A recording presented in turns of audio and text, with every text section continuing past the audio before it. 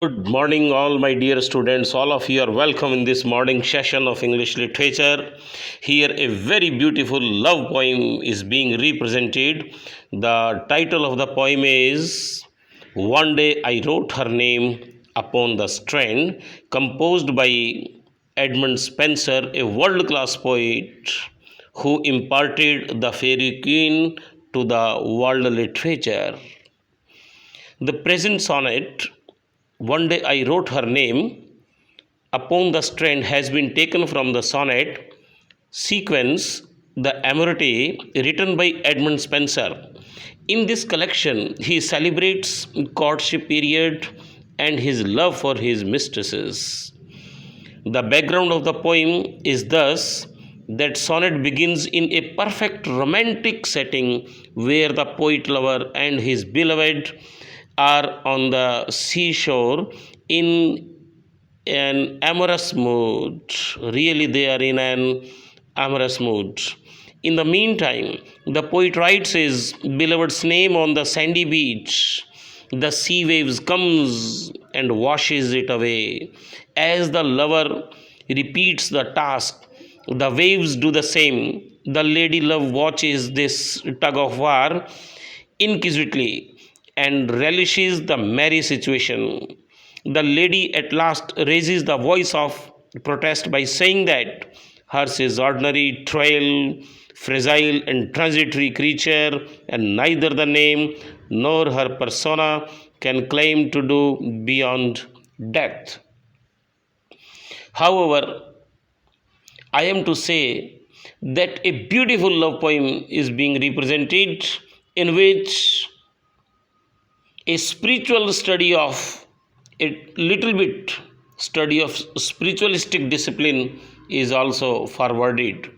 Though the lady love is doubtful and even disdainful, the poet with firm conviction declares that his love shall triumph over death and live ever throughout. Being romantic and idealistic, the poet asserts that the gross, insignificant, and sordid things might be the part of transient world, but this beloved is a fulsome personality, a subject of immortality. Let me analyze the poem in detail. The act of writing the name of the beloved here and there, time and again, is an archetypal, obsessive, and symbolic act on the part of a lover. And from this simple gesture, the poem takes off. The opening lines have a dramatic effect as they portray a very common situation. It is with the intervention of the mistress words, vain man, because she knows the futility of man life. Human life is very short, transitory. It is not everlasting, it is not eternal. That provide momentum situation to this background. As the beloved questions the lover's behavior, she emphasizes on the mortality quality of life. Thus, in octave, the stage is set for the lover's response, which we find in sestet that follows. In the sestet, it means the rest part of the sonnet where 6 lines are there, it is called sestet. And octave is the first part wherein 8 lines, 8 line use की जाती है octave and 6 line use की जाती है sestet. It becomes 8 plus 6, 14 lines. Pure sonnet we see here. In the sestet, the lover hurries forth to silence and beloved and resolve the tension created in the octave. It is a typical of Renaissance poet, a Renaissance spirit, and the answer lies in Neoplatonic idealization of the beloved. The speaker starts with the belief of the Renaissance. इसको renaissance बोलने में लिखा जाता है और renaissance बोल सकते हैं, RENAISSANC. Renaissance alchemy that baser elements naturally perish in dust. नाशवान चीज़ धूल मिट्टी में मिल जाती हैं, शारीरिक शरीर भी नाशवान है. For Spencer, Baser things symbolizes the earthly things subject to decay and death, like that of Shakespeare. It reminds me rosy lips and cheeks, Shakespearean poem, very beautifully. Okay, do you remember? Rosy lips and cheeks, subject of decay and death. The same thing is being forwarded here. What he seeks to immortalize is not the physical beauty of the beloved, but those spiritual qualities which provide the beloved with spiritual beauty. The poet is hopeful that his verse will be able to immortalize the memory of the beauty of the beloved and transfigure her into a heavenly being. Thus, he thinks that he will be successful in preserving her name and even after the world is destroyed in the apocalypse. The most important assertion comes in the concluding line, in which the poet wants to use this kind of idealization as a way to preserve and immortalize their love. He hopes further that this will help them to transcend their mundane existence, mundane sansaric, and find a permanent place in the divine scheme of things. Actually, in the sonnet, first part, a problem is put forth. So here the same is a problem of time and a dramatic situation happen in the beginning of the poem. Sonnet One Day I Wrote carries out a discussion on the problem of time and transient world and permanence of love too. The sonnet is also noted for its dramatic texture. Though the lyrical and dramatic are two contradictory terms, Spenser brings about a magnificent harmony between them. Here Spenser speaks of his own subjective approach regarding writing poetry, but a sonnet is devised through a dramatic situation and a dialogue between him and his beloved. A metaphorical sense is also touched here. We see in a beautiful manner Spenser metaphorically compares tide rising and falling to the process of life, means human life. Also in the sentence, but came the tide and made my pains his prey, the poet personifies the sea water to beast and compares the name to his prey, which implies that time and tide wait for no man, and that everyone is doomed to die. The lady in this poem feels insecure about time fleeting, while the man insists on our love shall live and let life renew. So, a beautiful thing is represented. Here it reminds me one Shakespearean couplet, so long as man can breathe or eyes can see, so long lives this and this gives life to thee. ये दोहा है, couplet है. दोहा क्या होता है, couplet क्या होता है? Two rhymed lines that can be sung in the company of music. Two rhymed lines is couplet.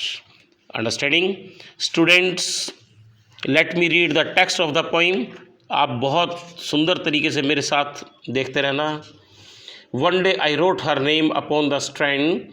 कवि महोदय ड्रामेटिक सिचुएशन में लिखते हैं कि एक दिन मैंने मेरी प्रेमिका का नाम जल डमरू पे, स्ट्रैंड के ऊपर, बीच पर, सैंडी बीच के ऊपर लिखा, बालू रेत पर, समुद्र के किनारे पे. बट केम द वेव्स, लेकिन तरंग आई, एंड वॉश्ड इट वे, और मेरी प्रेमिका का नाम जहाँ मैंने बालू मिट्टी पे लिखा था, पानी की तरंग ने उस नाम को मिटा दिया.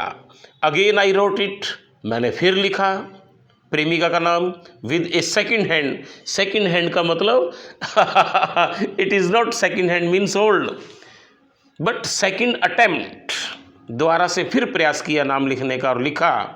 बट केम द टाइड, फिर तरंग आई पानी की, and made my pains his prey, और मेरे जो पेन्स, दिल के दर्द हैं, जो बड़ा सुख चैन से मैंने मेरी प्रेमिका का नाम लिखा था, वो तरंग पानी की अपने साथ बहा के ले गई, मिटा के ले गई, ये मेरे दर्द तकलीफ़ का कारण रहा। When man said she, प्रेमिका ने कहा, अरे पुरुष तुम व्यर्थ, प्रेमी तुम व्यर्थ में ये काम कर रहे हो। दैट डस्ट इन वेन असे, अरे ये क्या कर रहे हो, ये तो सब बेकार का व्यर्थ प्रयास है। Immortal thing so to immortalise, immortal thing, नश्वर चीज़ को, नाशवान चीज़ को, जो संसार में सब कुछ नाशवान हो जाएगा, ये शारीरिक सौंदर्य नष्ट हो जाएगा, मेरा नाम भी नष्ट हो जाएगा, इसको तुम इमॉर्टलाइज करने की कोशिश कर रहे हो। For I myself shall like to this decay, मैं स्वयं मृत्यु को प्राप्त हो जाऊंगी। फिर भी आप मेरा नाम बार बार इस पे लिख रहे हो। And eke my name be wiped out likewise, और वापस से पुनः बार बार मेरा नाम तरंग आकर के पानी की तरंगें मिटो देती हैं। तो ये इस बात का संकेत है कि ये सांसारिक भौतिक वस्तुएं सुख सुविधाओं के साधन क्षणिक हैं, ट्रांजिटरी फेज ऑफ लाइफ है। इस पर मनुष्य को मान नाज गुमान घमंड अहम नहीं करना चाहिए। Not so God let baser things devise to die in dust, ये सब बेसर थिंग्स हैं, निम्न स्तर की चीज़ें हैं, संसारी कोटि की चीज़ें हैं। टू डाई इन डस्ट, ये सब धूल मिट्टी में मिल जाएंगी मृत्यु उपरांत। But you shall live by fame, लेकिन कवि को थोड़ा सा ये भरोसा है अपने काव्य के ऊपर कि जैसे मेरा काव्य अमर है और ये कई युगों तक, कई आने वाली पीढ़ियाँ पढ़ती रहेंगी, तो मेरा काव्य अमर रहेगा और इन काव्यों में मेरी प्रेमिका मेरे साथ में अमर रहेगी। My verse your venture rare shall eternize, and in the heavens write your glorious name, where when as death shall all the world subdue, our love shall live and later life renew. ये संसार में हर चीज़ नाशवान है। जो संसार के अंदर आज रोजी लिप्स एंड चीक्स नज़र आ रहे हैं, ये भौतिक वस्तुएं नज़र आ रही हैं, शारीरिक सौंदर्य नज़र आ रहा है, सुख सुविधाओं के साधन जो हमें सुखों को प्रदान कर रहे हैं, ये एक ना एक दिन सब मृत्यु को प्राप्त होंगे या नष्ट हो जाएंगे। ये पेरिशेबल थिंग्स हैं। सारा का सारा भगवान कृष्ण गीता का उपदेश, वेदों का उपदेश लगता है कि इस कविता में शेक्सपियर साहब की तरह से हमारे स्पेंसर साहब ने भी यहाँ पे उड़ेल दिया है। तो ये संसार नाशवान है। इस नाशवान संसार को मनुष्य अपना समझ बैठता है, इसको चिरस्थायी समझ लेता है। ये चिरस्थायी है नहीं। इसलिए जब ये चीज़ें समाप्त हो जाती हैं, सुख सुविधा की, सांसारिक सुविधाओं की चीज़ें समाप्त हो जाती हैं, तो मनुष्य विलाप करता है। इन पर विलाप करने की आवश्यकता नहीं है, इन पर खुश होने की आवश्यकता नहीं है। ठीक वैसे जैसे प्रेमिका अपने प्रेमी की आंखें खोलती है कि तुम मेरा नाम बार बार यहाँ लिख रहे हो, और पानी की तरंग आती है, ये बार बार नाम को मिटो जाती है, तो तुम इसको यहाँ पर क्यों रिपीट कर रहे हो, क्यों इमोर्टलाइज बनाना चाह रहे हो, मेरा नाम बार बार क्यों ऐसा लिख रहे हो, टाइम व्यर्थ क्यों कर रहे हो। और वो एक बात और कहती है कि मेरा शरीर भी नाशवान है, ये भी मृत्यु को प्राप्त हो जाएगा। लेकिन कवि महोदय क्या कहते हैं सामने से कि मेरे काव्य के अंदर वो ताकत है, क्योंकि ये इंटेलेक्ट कार्य है। इंटेलेक्ट ये स्पिरिचुअल स्टेज से पहली स्टेज है, छोटी स्टेज है, इंटेलेक्चुअल लव। शेक्सपियर साहब ने भी वेद पुराणों की तरह, यहाँ पर स्पेंसर साहब ने भी लिखा है कि 3 स्टेजेस प्यार की होती हैं। एक फिजिकल लव, शारीरिक सौंदर्य की भूख, जिसको मात्र वासना या काम कहते हैं, लस्ट कहते हैं। इस प्रकार का प्यार किसी काम का नहीं, निम्न कोटि का, तुच्छ कोटि का, अधम गति को प्राप्त करा देने वाला है। इससे ऊपर की श्रेणी का जो प्यार है वो मानसिक प्यार है, जो कि स्पेंसर और शेक्सपियर साहब ने भी महसूस किया। तो मानसिक रूप से ये अपनी प्रेमिका की याद में जो कविता लिखी गई है, और कवि को विश्वास है कि उसके काव्य को बहुत मेहनत से और बहुत ही आत्मिक तत्व से लिखा है, तो आगे आने वाली पीढ़ियाँ इस काव्य को पढ़ेंगी, और जब जब वो इस काव्य को पढ़ेंगी, उसकी प्रेमिका और प्रेमी दोनों को याद करती रहेंगी।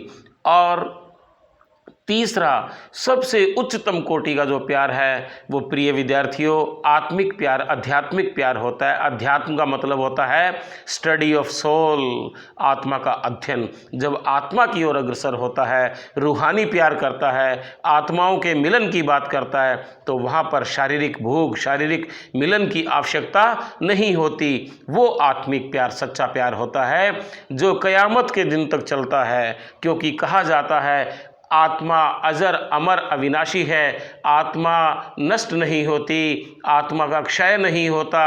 आत्मा परमात्मा से मिलन के लिए अग्रसर हो जाती है जब इस देह को छोड़ जाती है।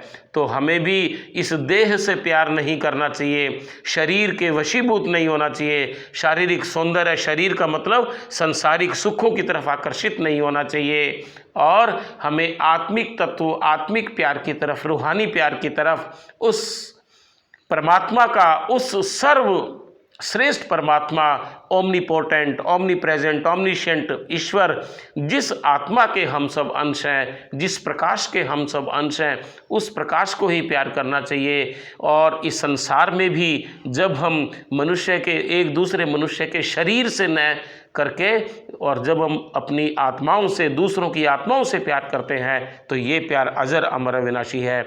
ये सच्चा प्यार कयामत के दिन तक चलता रहता है। ओके डियर स्टूडेंट्स, तो ये बात इस छोटी सी सोनेट में बताने की चेष्टा की गई है। मैं इस टॉपिक के अलावा एक नया टॉपिक छोटा सा समझा दूं। सोनेट क्या है, हिंदी में समझा रहा हूं, 1 मिनट में पूरी बात कर दूंगा। प्रिय विद्यार्थियों, अलग सा टॉपिक है, चूंकि ये सोनेट है इसलिए मैं यहाँ समझा रहा हूँ। सोनेट सबसे पहले पेट्रार्क नाम के व्यक्ति ने इटली में लिखी थी, इसलिए उस धरती के नाम पर इटालियन सोनेट या पेट्रार्कन सोनेट इसको कहा जाने लगा, कवि के नाम के आधार पर। कवि के सामने एक बहुत बड़ा चैलेंज था जिसमें मात्र 14 पंक्तियाँ थी। इन 14 पंक्तियों को 2 भागों में बांटा था, ऑक्टेव एंड सेस्टेव।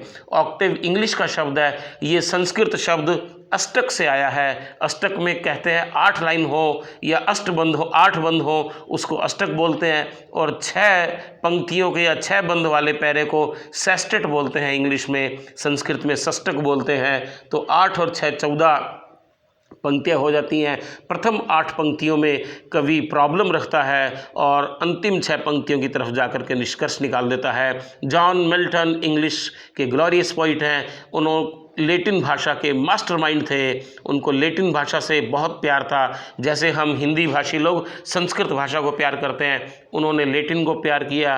तो लैटिन लैंग्वेज से इतना आकर्षण था कि उन्होंने पेट्रार्कन या इटालियन सोनेट की राइमिंग स्कीम, तुकबंदी, म्यूज़िक को ज्यों का त्यों अपनाया। तभी से ये पोइम या तो मिल्टॉनिक सोनेट या इटालियन सोनेट या पेट्रार्कन सोनेट कहलाती है। शेक्सपियर साहब ने भी 14 पंक्तियां रखी, लेकिन उन्होंने मूल चूल परिवर्तन कर दिया, म्यूजिकल स्ट्रेन सारे चेंज कर दिए, और ऑक्टेव सेस्टेट की जगह उन्होंने स्टैंजास बना दिए, और एंड में 12 लाइन के स्टैंजास बना दिए, जिसमें 3 स्टैंजा 4-4 लाइन के डाल दिए, राइमिंग स्कीम बदल दी, बहुत सुंदर म्यूजिक प्रदान किया, और अंतिम 2 पंक्तियाँ दोहा के रूप में यूज़ की। दोहा कहलाता है कपलेट टू राइम्ड लाइन्स। यहाँ मेरे डियर स्टूडेंट्स, हमारे रायसीनगर, पदमपुर, कर्णपुर, गसिंगपुर, गंगानगर, सादुल शहर, हनुमानगढ़, इन नॉर्थ इंडिया के, पंजाब के, हिमाचल वगैरह के बच्चों के लिए ये जो हिंदी में समझाया है, तो आप इसको ध्यान से सुनिएगा और विषय वस्तु को समझ गए होंगे।